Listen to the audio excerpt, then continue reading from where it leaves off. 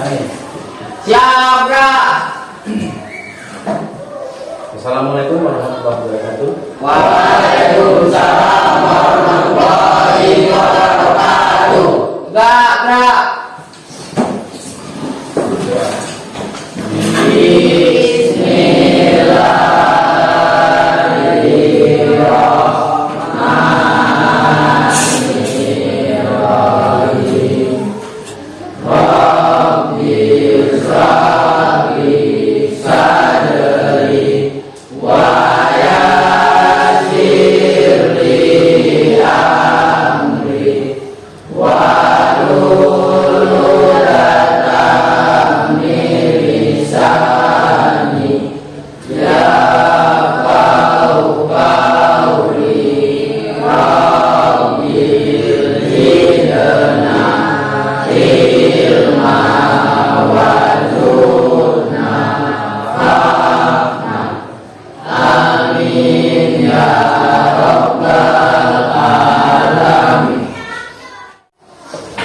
Apa kabar anak-anak?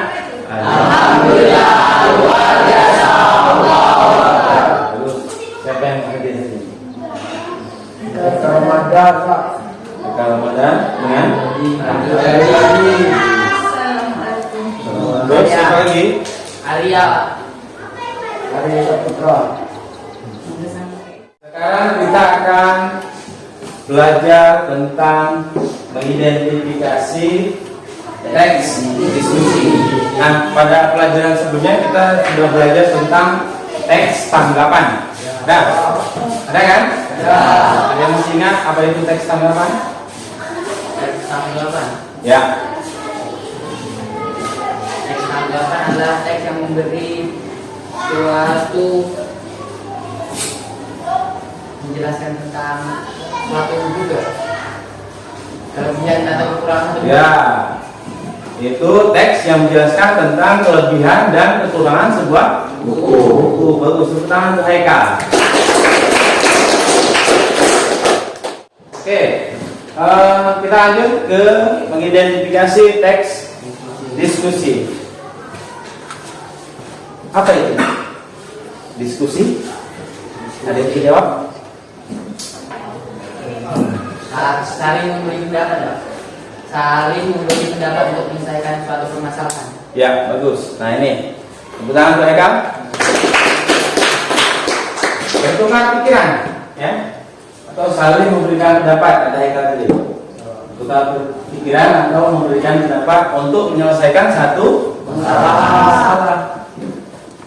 Oke, lanjut. Nah, cirinya yang pertama punya masalah.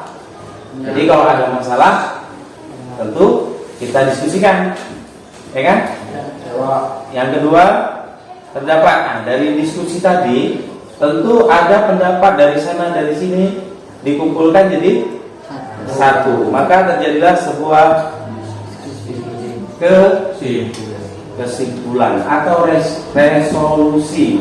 Ada jalan penyelesaian. Nah, itu intinya dalam sebuah diskusi. Nah, ini ciri-cirinya. Yang pertama, punya masalah.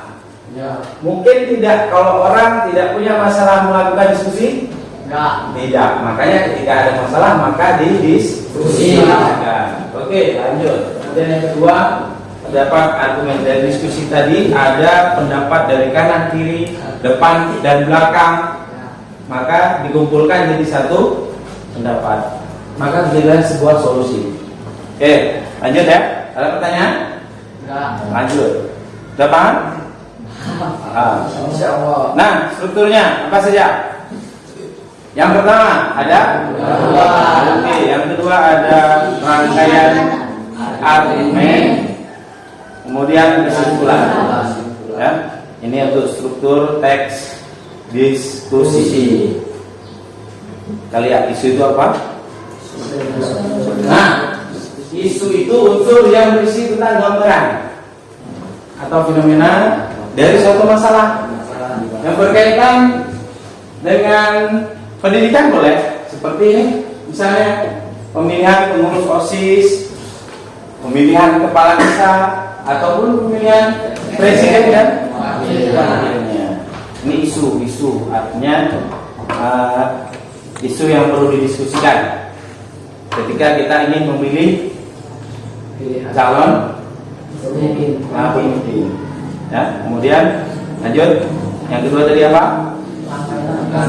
Rangkaian argumen.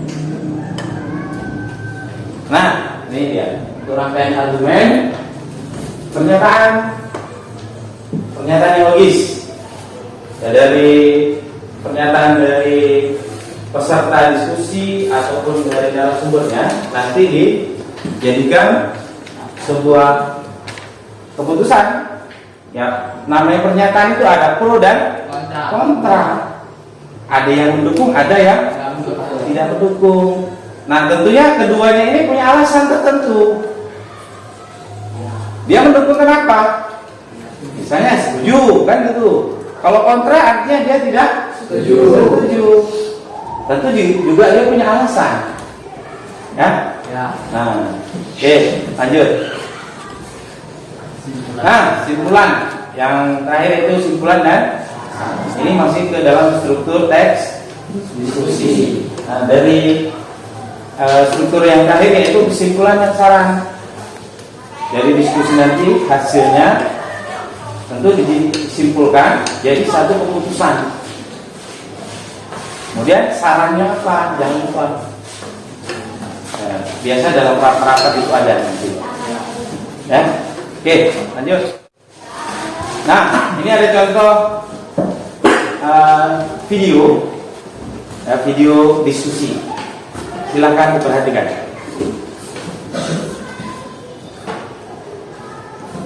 Singkat aja nih ya, bawa buka nanti. Karena panjang kali 12.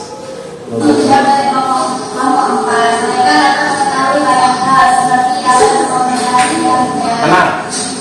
Siapa? Ya, kakak Leti.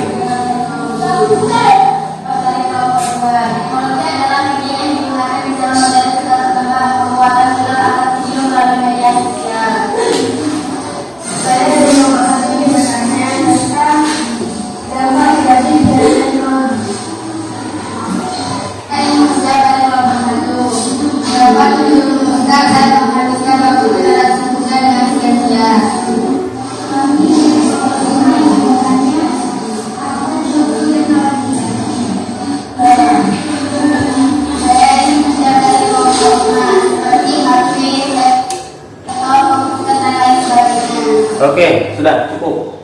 Ini gambaran atau contoh nanti ketika kalian melakukan diskusi. Jadi satu kelompok nanti di depan, ya, yang kelompok lain nanti bertanya, minimal satu kelompok itu satu pertanyaan.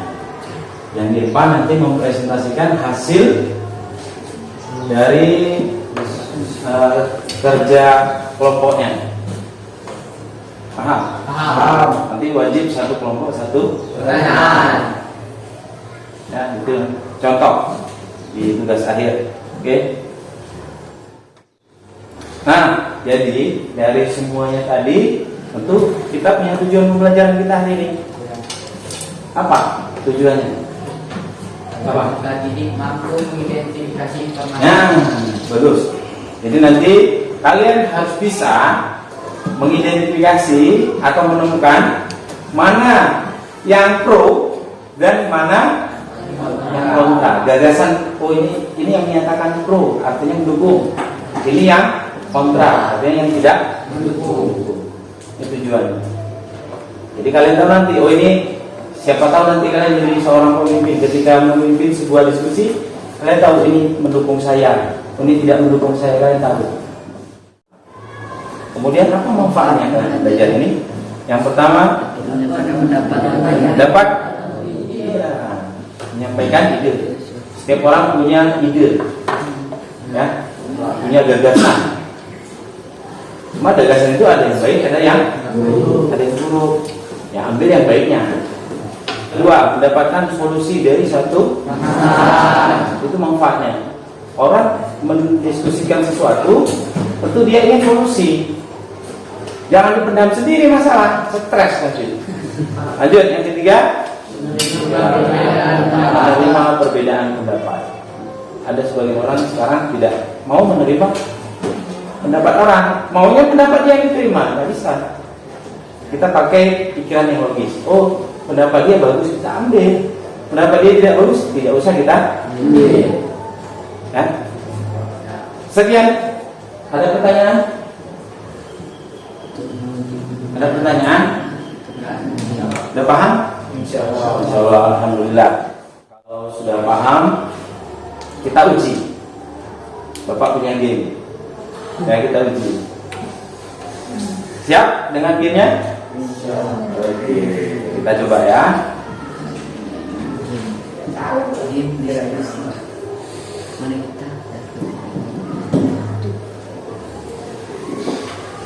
Ya, ini ada gamenya. Ada 8 pertanyaan. Siapa cepat dia dapat pertanyaannya. Ya, yang cepat, yang tahu jawab terus. Paham? Oke. Sekarang siapa yang Pak, saya nomor sekian misalnya. Siapa yang mau? Atau Bapak aja dulu? Bapak aja. Hah? Bapak aja? Ya. Contoh. Ya. Bapak aja dulu, Pak. Nggak fair lah. Kalian maunya nomor berapa? Bilang dulu. Ini game nih. Ayo. 3. Hah? Nomor 3. Oke. Nomor 3 yang ingat ya. Nomor 3. Yang bisa jawab terus. Ya, Haikal. Manfaat diskusi, dengan diskusi kita dapat menyelesaikan suatu permasalahan. Bagus, tepuk tangan untuk mereka. Oke. Ingat ya, nomor 3 udah terjawab. Ya.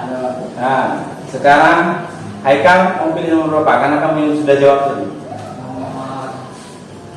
Nomor 6, Pak. Nomor 6. Ya semua boleh jawab tapi bukan Haikal aja, Rahman ya. Nomor 6. Nah, silahkan lihat soalnya yang bisa angkat tangan terus. Jangan angkat kaki. Oke, Bang. 1, 2, siap. Oke.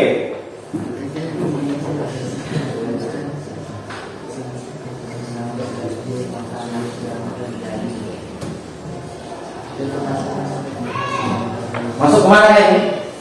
Masuk ke ini apa namanya? Isi. Hah? Simpulan. Ya, saya pernah ngomong tadi. Sandi, tepuk tangan untuk Sandi. Ini masuk ke bagian simpulan dari struktur tadi. Ya, berarti Pak Sandi udah paham. Oke, sekali lagi tepuk tangan untuk Sandi. Haikal sudah, Sandi sudah. Oke ya. Nomor 3 sudah terjawab, nomor 6 sudah. Lanjut. Nomor berapa lagi Sandi? Nomor 8, Pak. 8, kita buka.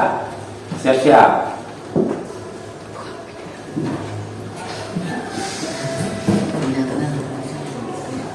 Ternyata merupakan bagian dari struktur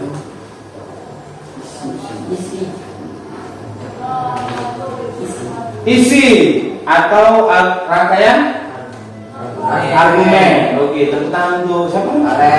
Farel. Tangan. Ya. Sudah 3 ya terjawab ya. Berapa lagi? 5 lagi. Farel, nomor berapa maunya? Ingat tadi, ingat yang belum. Yang belum ya. Nomor? Siap-siap.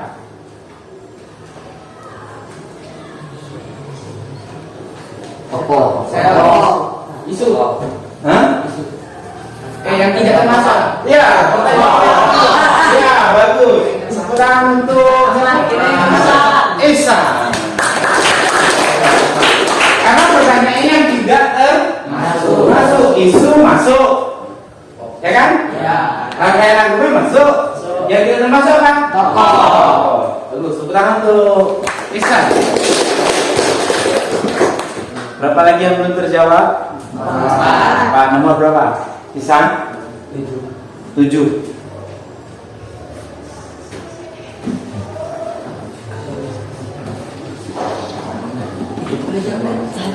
Haikal. Saat pemilihan kepemimpinan. Contohnya, misalnya pada saat pemilihan. Presiden. Oke, tepuk tangan untuk Haikal.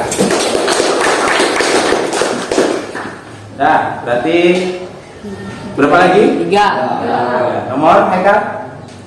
Nomor 2. Nomor 2 belum ya? Belum. Siap-siap.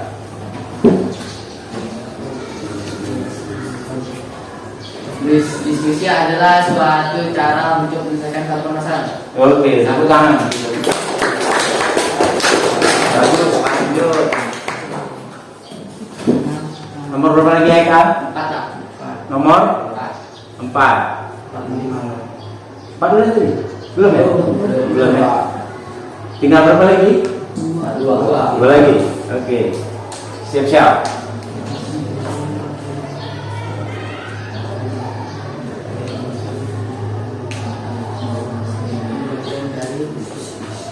Isu Mas. Bagus. Tepuk tangan untuk Haikal. Nomor berapa lagi Haikal? Iya. Nomor berapa belum? 5. Habis nih? Ya. Iya.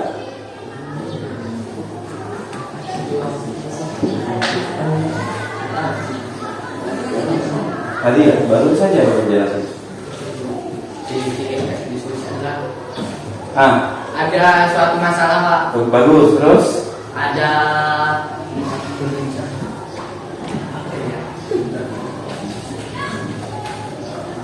memberi pendapat ya, Pak? Ya, pro dan Kontra. kontra. Terus? Mendapatkan penyelesaian. Simpulan. Oke, tepuk tangan untuk Haikal. Oke, sudah habis terjawab semuanya. Kalian bentuk kelompok. Paham? Oke, hitungan ketiga 1, 2, 3 sudah bentuk kelompok. Bebas Pak. Bapak akan kasih contoh ini ya, teks diskusi. Yang pertama, kebiasaan minum teh baik atau tidak? Baik atau buruk? Ya, ini teks yang pertama. Kemudian yang kedua, teksnya bahaya narkoba.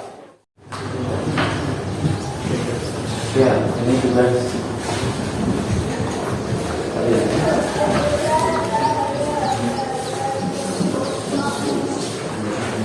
Oke, sudah.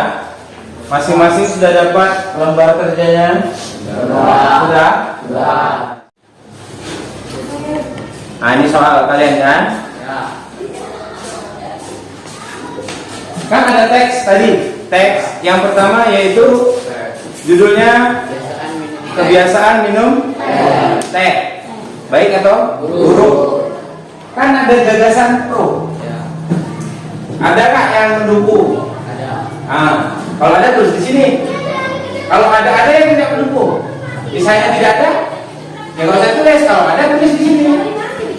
Kalau ada yang tidak mendukung, saya tidak mendukung. Misalnya kalau kebiasaan minum teh itu baik atau buruk misalnya.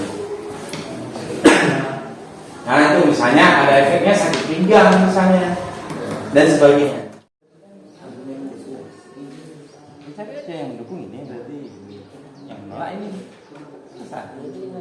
Jadi ini kan udah ada. Jadi pertanyaannya apa? Nah, identifikasi ini.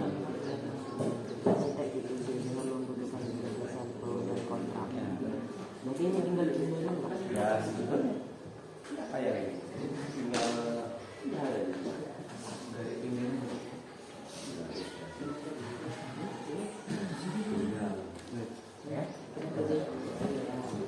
ini baca pertanyaan.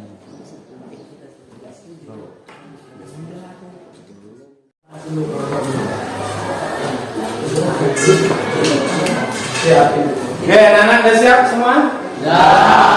Sudah?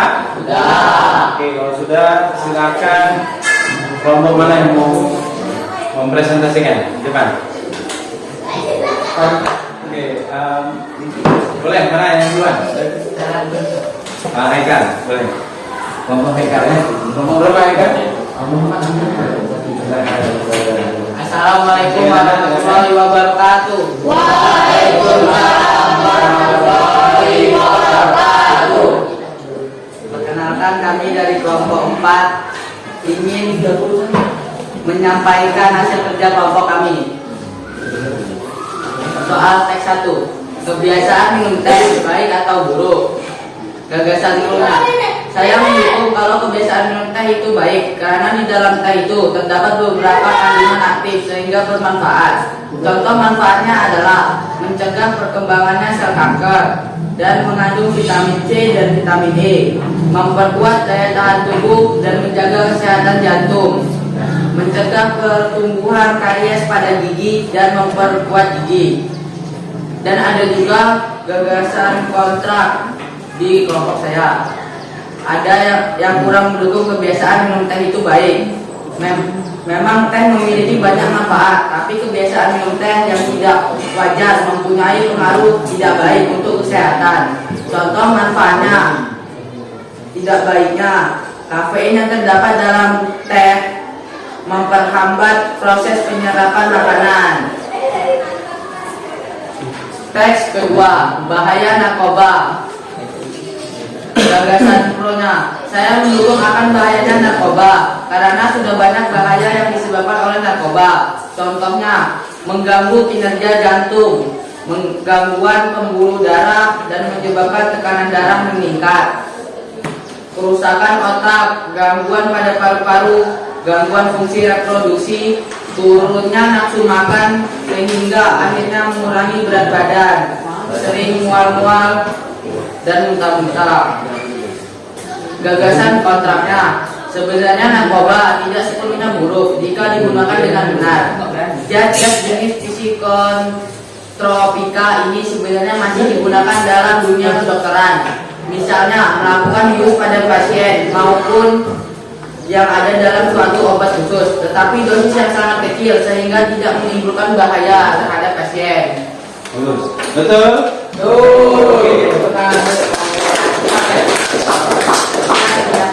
Assalamualaikum warahmatullahi wabarakatuh. Waalaikumsalam warahmatullahi wabarakatuh. Berarti betul ya? Dan nilai ya? Ya? 100 cukup? Jadi apa kesimpulan kita ini? Kesimpulannya adalah dalam suatu permasalahan pasti ada pro dan kontraknya. Oleh sebab itu kita harus bijak memilih mana yang baik untuk menyelesaikan suatu permasalahannya. Oke, bagus. Untuk tangan untuk Aik. Bagaimana pelajaran hari ini? Menyenangkan? Tangan untuk Anda semua. Sebelum saya tutup pembelajaran kita hari ini, kalian belajar di rumah tentang menyimpulkan teks Diskusi. Pelajaran untuk pertemuan berikutnya ya. Jumpa lagi pada pertemuan berikutnya. Bapak tutup.